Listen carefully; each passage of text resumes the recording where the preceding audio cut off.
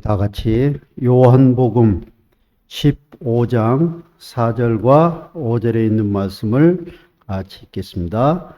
요한복음 15장 4절과 5절입니다. 다 찾으셨습니까? 우리 같이 읽어볼까요? 내 안에 거하라. 시작. 내 안에 거하라. 나도 너희 안에 거하리라. 가지가 포도나무에 붙어있지 아니하면 절로 과실을 맺을 수 없음 같이 너희도 내 안에 있지 아니하면 그러하리라. 나는 포도나무요 너희는 가지니 저가 내 안에 내가 저 안에 있으면 이 사람은 과실을 많이 맺나니 나를 떠나서는 너희가 아무것도 할 수 없음이라. 안녕하십니까? 라고 묻기도 민망할 정도로 요즘 날씨가 대단하죠. 우리 성도님들 다들 건강한 모습으로 뵙게 돼서 참 감사하고 반갑습니다. 요즘 하루 해가 여러분들 어떠신지 모르겠지만 저는 꽤 긴 것 같아요. 그래서 점심시간이 언제 돌아오나 배가 고파서 점심시간을 기다리는 게 아니라 시원한 그늘에 있는 시간이라서 점심시간이 자꾸 기다려지고 시계를 자꾸 보게 돼요.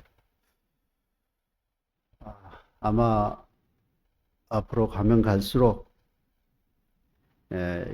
날씨는 더더욱 우리들에게 힘든 그런 모습으로 우리들과 같이 하게 될 것 같습니다. 아무쪼록 매일의 생활 속에서 여러분들이 건강을 잘 지키시고 하나님과의 시간 속에서 하나님과 관계 속에서 우리가 하늘에서 예수님과 함께 지내는 그러한 귀한 모습들을 생각하면서 이 땅에서의 힘듦은 다 이겨내시기 바랍니다.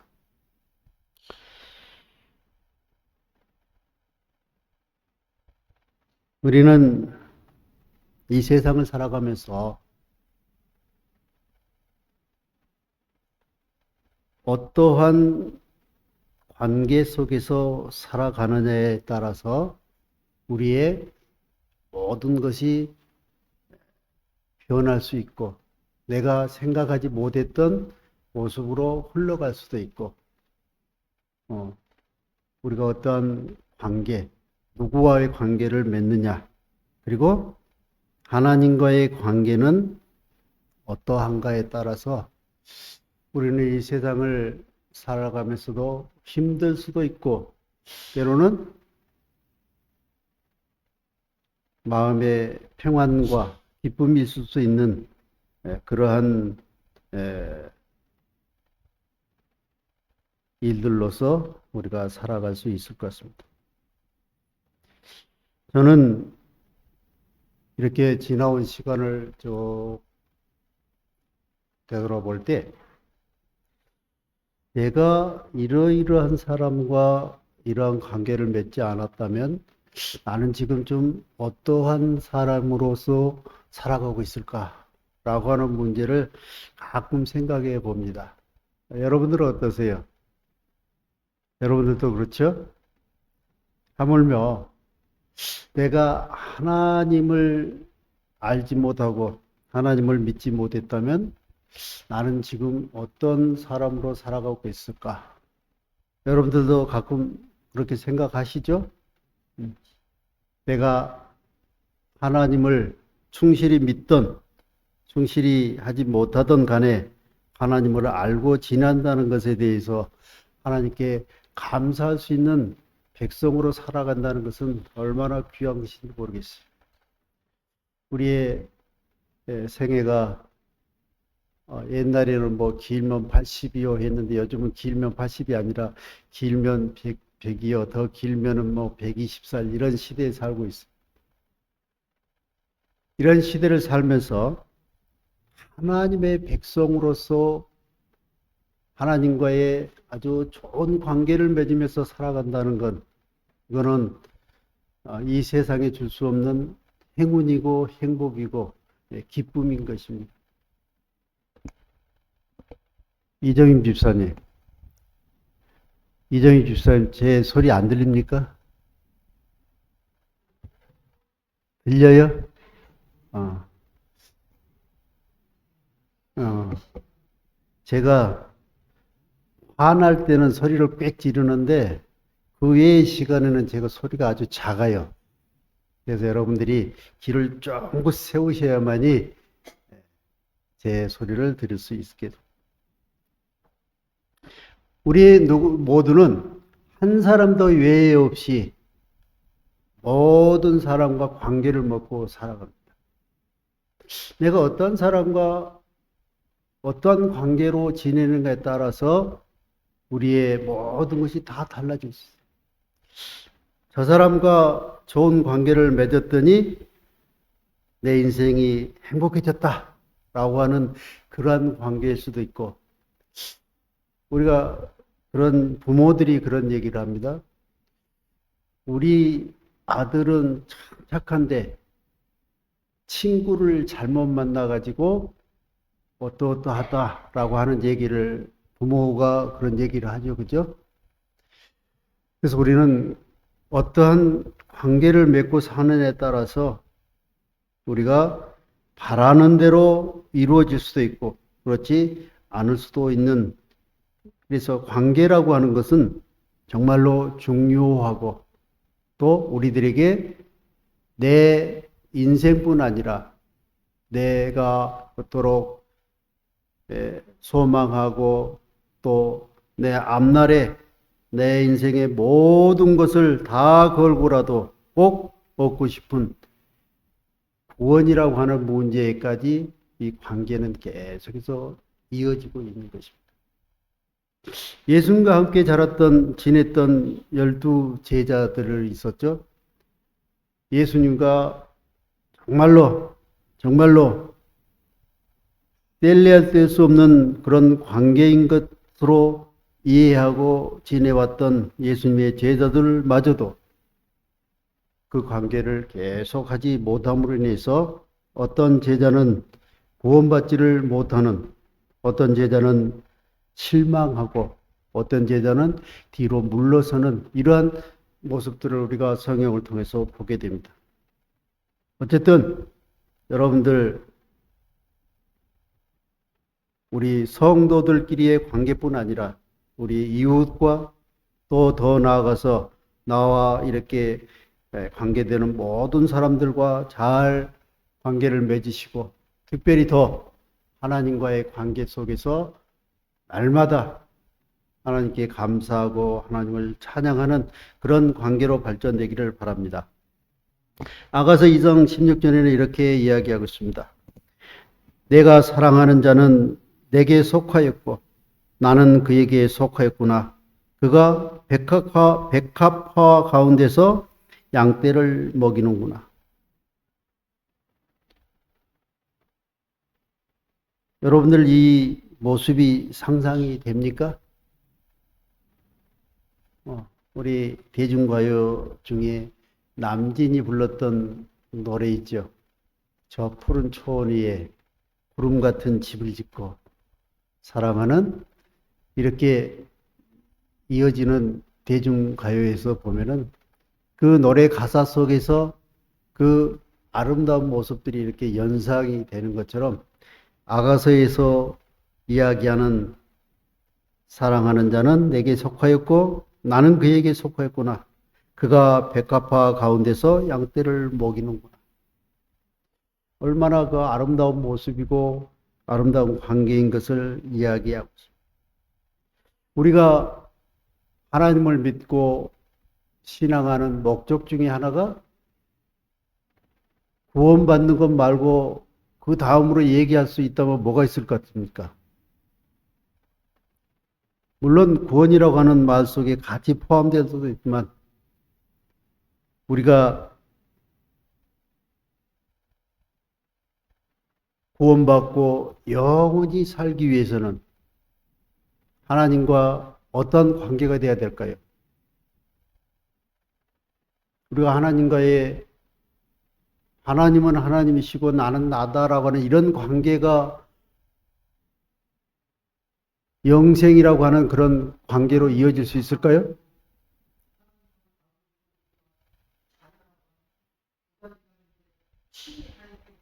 예. 어, 영생을 얻기 위해서는 우리들에게 영생을 주시는 분과 관계가 좋아야 되겠죠. 예. 제가 여기서 관계라고 말씀하지만 하나님께서 말씀하시는 것을 우리가 믿고 순종하고 따르는 것, 이것이 하나님과 우리의 관계를 이야기하고 있습니다. 우리는 또한 그 관계를 잘 유지하기 위해서는 영적 식별력을 가져야 된다라고 이야기하고 있습니다. 여기서 말하는 영적 식별력이란 그냥 눈으로 탁 보면 모든 것이 다 보이고 하는 그런 얘기가 아니고, 내가 하나님을 믿고 하나님을 섬기는 일에 있어서 내가 해야 될 일이 무엇이고 하지 말아야 될 것이 무엇인지를 아는 것을 이야기하고 있습니다. 그래서 우리가 처음에 침례를 받고 신앙을 시작했을 때는 모든 것이 그렇게 신비롭고 모든 것이 아름답고 그렇게 생각하고 그런 세월을 지나다 보면서 신앙은 하면 할수록 더 어려운 것 같고 어쩌면 더 힘든 것 같기도 하는 이런 경험도 우리가 쭉, 우리들이 하나님과의 관계를 갖고 영적 식별력을 가질 때 우리는 구원에 이를 뿐만 아니라 영생에 이르른다라고 이야기하고 있습니다. 하나님은 우리들에게 하나님과 우리 모두가 생명의 관계, 끊을 수 없는 생명의 관계를 맺고자 하시는 것입니다.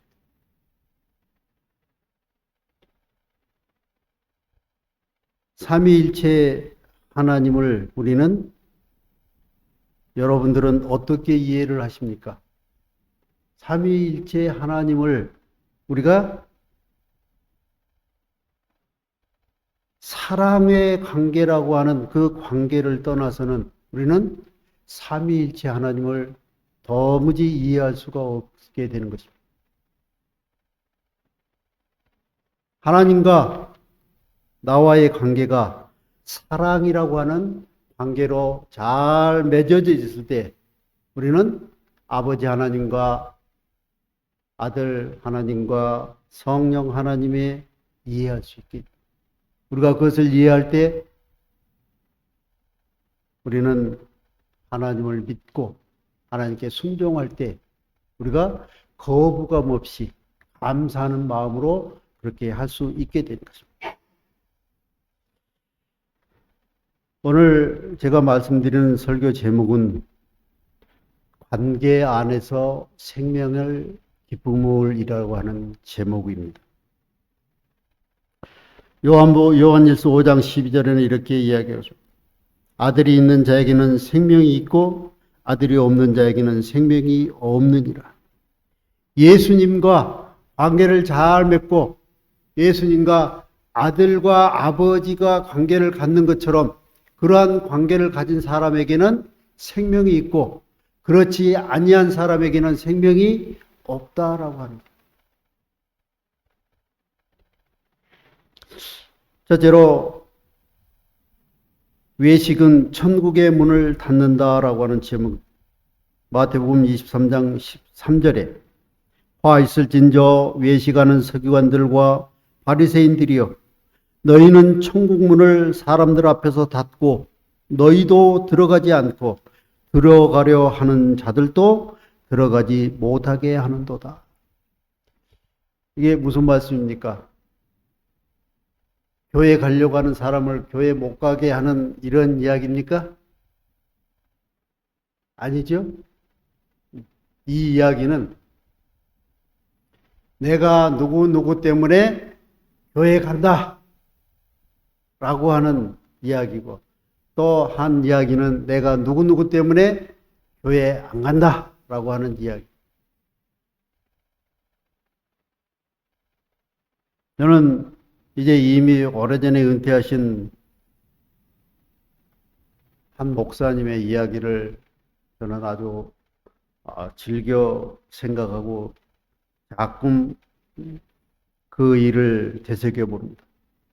이 목사님이 아직 전도사일 때, 저 호남 앞에 광주로 발령이 나서 그곳에서 근무를 하는데, 광주가 제일 번화가가 충장로와 금남로라고 하는 거리가 있습니다.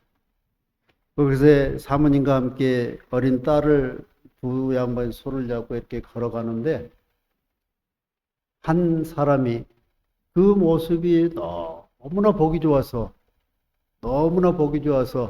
우리 전도사님에게 가서 이렇게 인사를 했대요. 인사를 해서 나는 제7일 안식일 예수 재림교회 광주 무슨 교회 전도사입니다 라고 인사 소개를. 그렇게 해서 그분이 교회에 나오게 됐다라고 하는 이야기를 그 목사님이 쓰신 그 책에서 제가 읽었습니다. 이 목사님이 이 사람에게 교회에 나오십시오, 우리 교회 참 좋은 교회입니다 라고 얘기했습니까? 안 했죠. 그냥 딸 아이의 손을 잡고 걸어가는 그 모습이 너무 아름다워서 한마디의 전도도 하지 않았지만 그 모습을 통해서 그가 새로운 교인이 되고 그가 신자로서 계속 성장해 갔다라고 하는 이야기예요. 여러분 얼마나 아름답습니까? 이 이야기를 보면은 마태복음 23장 13절에 있는 자기도 들어가지 않고 천국에 들어가려 하는 사람도 못 가게 막았다라고 하는 이야기가 바로 이 이야기입니다. 우리의 생활 속에서, 우리의 살아가는 삶 속에서, 우리의 모습을 통해서 우리는 너무도 자연스럽게 내 이웃에게 하나님을 선전하는 것입니다. 여러분, 80 먹은 할아버지와 한 5살 먹은 손자가 같이 길을 걸어갑니다. 그런데 똑 닮은 모습이 있었는데 이 할아버지가 이제 기운도 딸리고 해서 항상 이렇게 뒷짐을 짚고 이렇게 걸어가는데 그 5살 먹은 손자의 모습이 이 할아버지와 똑같은 모습으로 같이 걸어가는 것입니다. 할아버지가 손자에게 야 걸어갈 때는 이렇게 하는 거야 라고 가르쳐 줬을까요? 아니죠. 이 손자는 그 할아버지의 걷는 모습을 보면서 자연스럽게 그걸 배우는 것입니다. 그래서 우리는 직접적인 관계는 이웃과 함께 맺지 않더라도 나의 모습을 통해서 내 이웃에게, 내 가족에게, 또 한 교회 성도에게 나를, 하나님을 소개하기도 하고 또 나를 좋은 모습으로 소개하는 것이 아니라 때에 따라서 어떠한 환경에 따라서 나를 소개하는 그러한 모습은 우리는 또 살아가고 있는 것입니다. 그래서 우리는 외식하는 자가 되지 말라라고 이야기하고, 성경에서 말하는 외식하는 자는 겉으로 보기에는 좋게 꾸며 들어가 내놓는 자라는 뜻입니다. 성경 사전에는 외식은 겉으로 무슨 뭐뭐 하는 채 한다. 사전적으로는 가면을 쓰고 연극을 하는 연극 배우들을 가리키는 말이었지만 성경에서는 가식, 위선을 가리키는 데 사용된 표현입니다 라고 이야기합니다. 제7일 안식일 예수 재림교 원주 문막중앙교회에 다니는 모든 사람들은 정말로 법 없어도 살고, 다음 그 사람들은 아량도 넓고 배울 것도 많고 좋은 사람들이다라고 하는 게 가장 우리 교회를 잘 표현하는 말이 되었으면 좋겠습니다. 아, 문막교회 갔더니 그 다음 말이 우리가 상상하기도 싫고 듣기도 싫은 그런 말로서 이어진다면 우리는 다시 한번 하나님과의 관계, 성도들 관계, 이웃과의 관계를 다시 한번 생각해 볼 필요가 있겠습니다.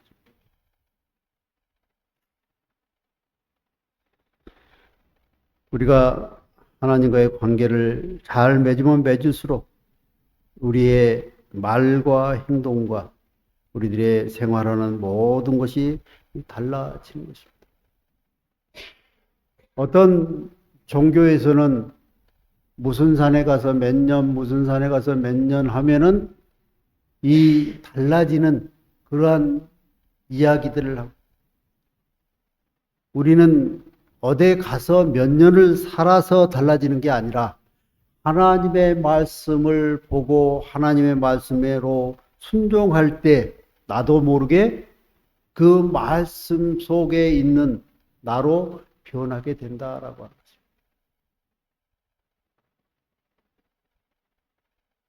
여러분들 예수님 사랑하시죠?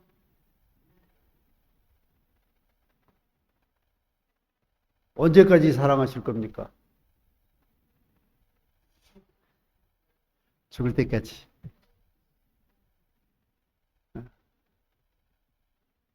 제가 엊그제 사위한테서 전화가 왔어요. 아버님 힘드시죠?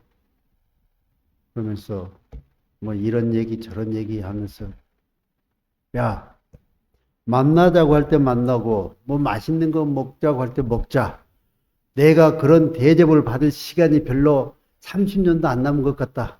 30년이 엄청 빨리 지나가는데 그 안에 할 수 있는 것을 하고 재밌게 살자라고 하는 얘기를 했는데, 우리가 예수님을 믿고 신앙생활을 하는데 결코 긴 시간이 아니에요.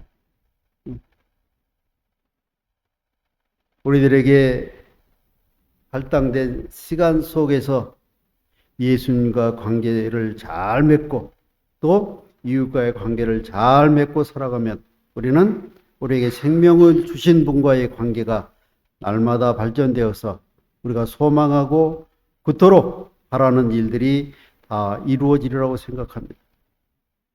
두 번째로 점울이 천국을 가려운다.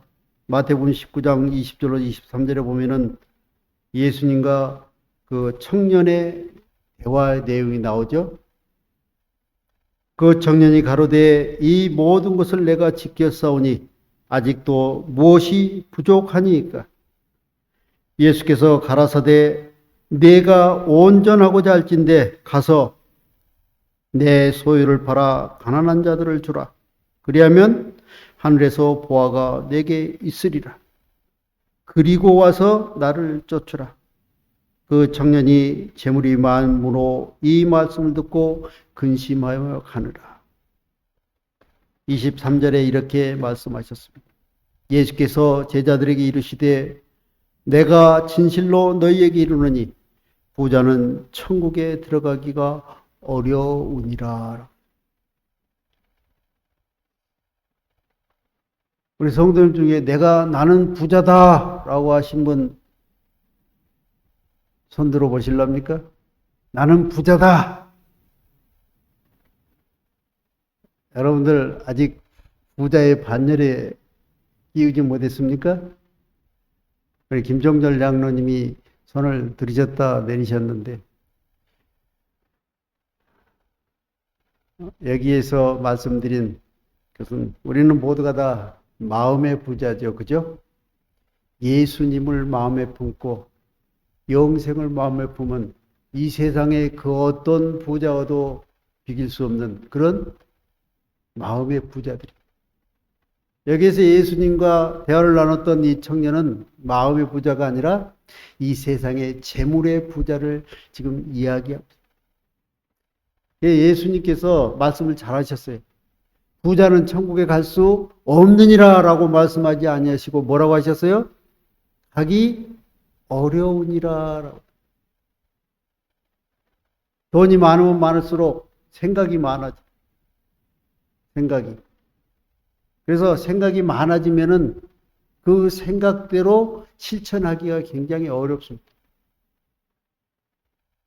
제가 아는 한 부부가 있었는데 이 부부는 아주 큰 부자는 아니었지만 그래도 부자인 사람이었어요.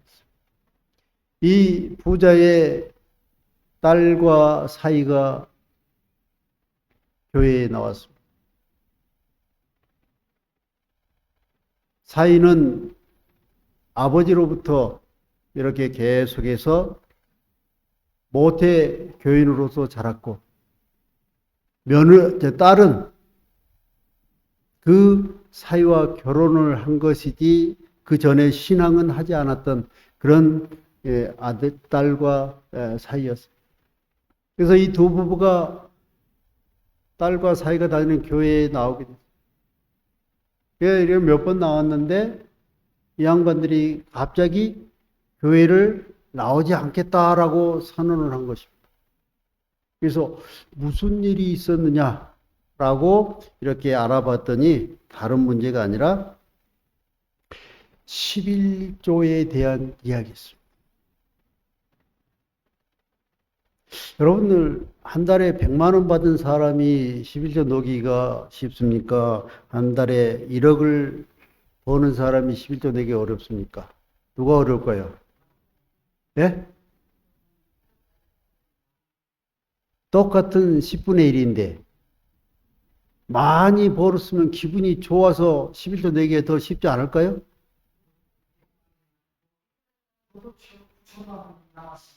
그러니까요.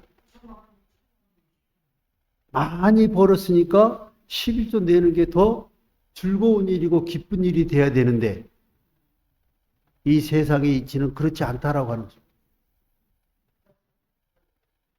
하나님께서 많이 주신 것에 대해서 감사하고 하나님께서 나에게 복 주셨다라고 생각을 한다면 11조를 많이 냈다는 얘기는 뭡니까? 더 많은 돈을 내가 벌었다라고 하는 이야기로 될 건데 많은 사람들이 그렇게 생각하지 못해요. 그렇게 생각하지 않고 내가 많이 번 것은 생각하지 않고 내가 생각하는 11조에 대한 금액을 따지다 보니까 그래서 이 부부가 11조 때문에 교회를 중단했어요. 그런데 그 이어서 몇 년 후에 사위와 딸도 교회를 떠납니다. 그래서 우리가 재물에 대해서 어떻게 생각하느냐에 따라서 우리는 구원을, 천국을 얻을 수도 있고 잃어버릴 수도 있다. 여러분들 제가 부탁드리는데 내가 11조를 많이 낸다는 얘기는 다른 얘기가 아니라 하나님께서 나에게 복을 많이 더 주셨다라고 하는 이야기로 그것을 생각해야지 그렇게 생각하지 못한다면 우리는 이 천국을 잃어버린 이 부부처럼 될 수밖에 없다라고 하는 것입니다. 마태복음 19장 20절 23절을 통해서 그리스도의 말씀은 그 관원에게는 사실상 너희 섬길 자를 오늘날 택하라는 그리스도의 초청이었다. 선택은 그에게 달려 있었다. 예수께서는 그가 회개하기를 열망하셨다. 예수께서는 그의 품성에 병든 것을 그에게 보이셨으며 청년이 그 문제를 저울질하고 있을 때 그 결과를 얼마나 큰 관심을 가지고 주목하셨던가. 만일 그리스도를 따르기로 결정한다면 그는 모든 일에 그의 말씀을 순종해야 할 것이다. 그는 그의 야심찬 계획을 포기해야 할 것이다. 그리스도는 청년에게 당신과의 교제를 제의하셨다. 우리가 하나님과의 관계를 잘 맺으려면 거짓이 없어야 하는, 진실되어야 하는 것입니다. 하나님께서 이렇게 말씀하셨습니다. 도적질하는 자가 되지 말라라고 하셨어요. 그렇게 분명하게 하나님께 선을 그으셨어요. 11조는 너희들의 것이 아니라 누구의 것이다? 하나님의 것이다라고 분명하게 딱 잘라서 말씀하셨어요. 우리 문박종합교회 6월까지의 11조가 대략 5,750만 원 정도 됩니다. 올해 우리 교회의 11조가 1억 5천이를 초과하면 어떤 일이 일어날까요?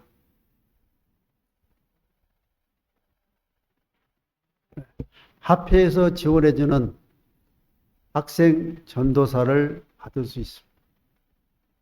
그래서 그 전도사를 통해서 우리 교회의 학생들을 잘 지도할 수 있는 일은 그러한 일이 우리 교회에서 이루어질 것입니다. 제가 이렇게 딱 보니까 우리 목사님이 그 일이 이루어졌으면 좋겠다라고 하는 생각을 하고 계신 것 같아요. 여러분들은 어떻습니까? 학생 전도사가 우리 교회에 파송되어서 우리 학생들을 잘 지도하는 일이 이루어졌으면 좋겠습니까? 이 문제는 열심히 하자라고 하는 문제가 아니라 내가 하나님과 관계에서 진실된 관계로 살아가느냐 아니면 하나님을 속이는 그런 관계로 살아가느냐라고 하는 이 두 가지 문제로 이루어질 수도 있고 그렇지 않을 수도 있는 문제입니다.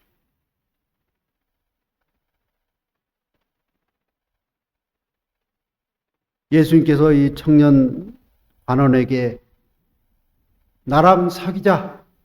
나는 너와 함께 하고 싶다라고 그런 제의를 하셨는데 그 관원은 마음속에 근심이 많음으로 돌아갔다라고 이야기하고 있습니다.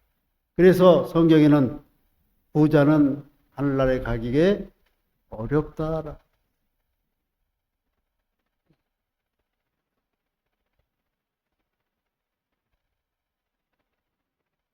11개의 문제는 하나님께서 나에게 이렇게 축복해 주셨구나라고 하는 것을 감사드릴 수 있는 일이, 우리가 그 일을 그렇게 생각하지 못한다면 우리는 이 부자 청년처럼 이 세상으로 자기의 길을 떠날 수밖에. 정직하고 충실한 11조 생활은 우리와 하나님과의 관계를 더욱더 기쁘고 진실되고 행복한 관계로 나아가게 할 것입니다. 하나님께서 우리들에게 복 주신 만큼 우리가 하나님께 돌려드리는 이러한 관계를 여러분들 잘 맺으셔서 우리의 신앙에서 실패함 없이 우리가 소망하는 그러한 구원의 대열에 우리 모두가 함께 할 수 있기를 바랍니다.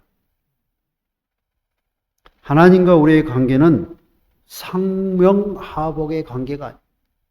군대에서 상사가 밑에 부하들에게 내리는 명령이고 복종하는 그런 관계가 아니다라고 하는 것입니다. 예수님은 우리들을 그런 관계로 초청하고 부르신 게 아니라 모든 관계에 있어서 아름다운 관계, 그리고 재미있고 행복한 관계를 맺자라고 예수님 우리를 초청하셨습니다.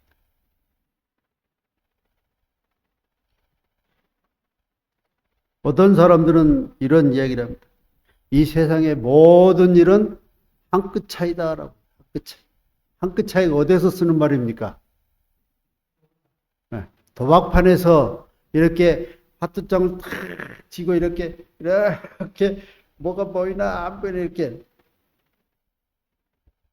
우리의 삶은 그런 관계가 아니에요. 예수님과 우리의 관계는 그런 관계가 아니다라고. 어쩌면 예수님은 우리를 구원하시기 위해서 이익 보신 게 어쩌면 하나도 없어요. 다 손해보시고 당신의 것을 모두 다 주시면서도 우리와 관계를 잘 맺게 하시기 위해서 그렇게 하시는 분이시다라고. 어쩌면 신앙은 내가 교회 가서 대접받고 내가 교회 가서 어쩌고 저쩌고 하는 그런 생각으로 하는 게 신앙이 아니라 내가 어떠한 자세로서 어떠한 섬김으로서 살아갈 것인가를 생각하면서 하는 것이 신앙생활이다. 예수님은 우리들에게 그렇게 하셨어요.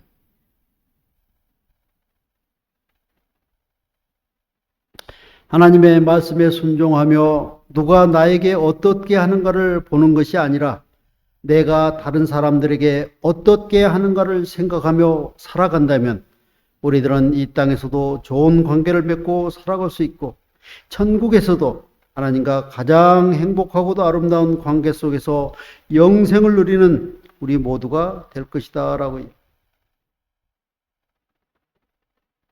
산 믿음으로 되는 그리스도와의 연합은 지속적인 것이므로 그 외에 다른 것과의 연합은 사라져야 한다. 그렇게 그리스도께서 먼저 우리를 택하셨고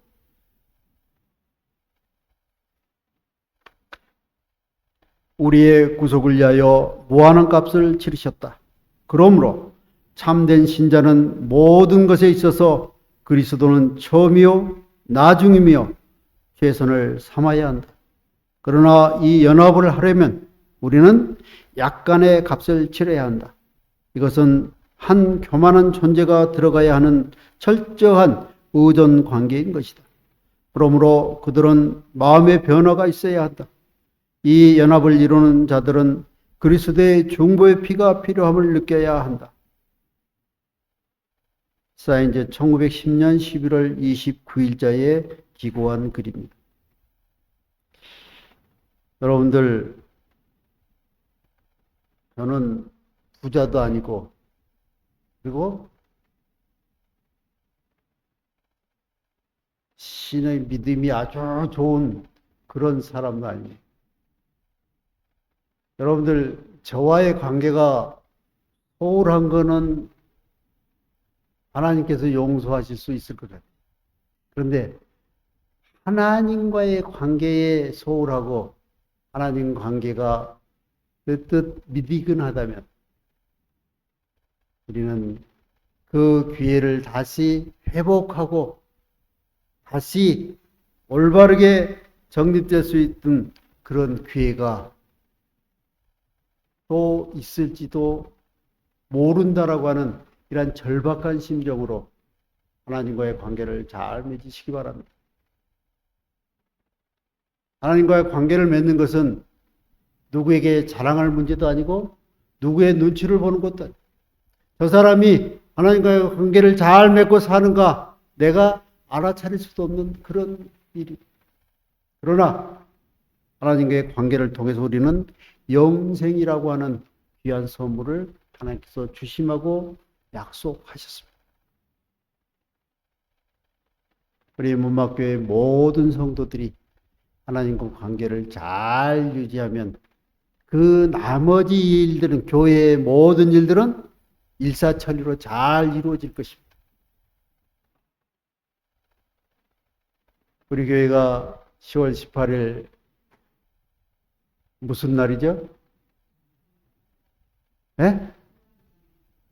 교회 헌당을 하나님께 이 성전을 저희가 지었습니다. 하나님, 이 성전을 받아주시고 이 성전을 드나드는 모든 사람들이 하나님께 복받기를 바랍니다. 라고 하나님께 알리는, 아련하는 그런 날.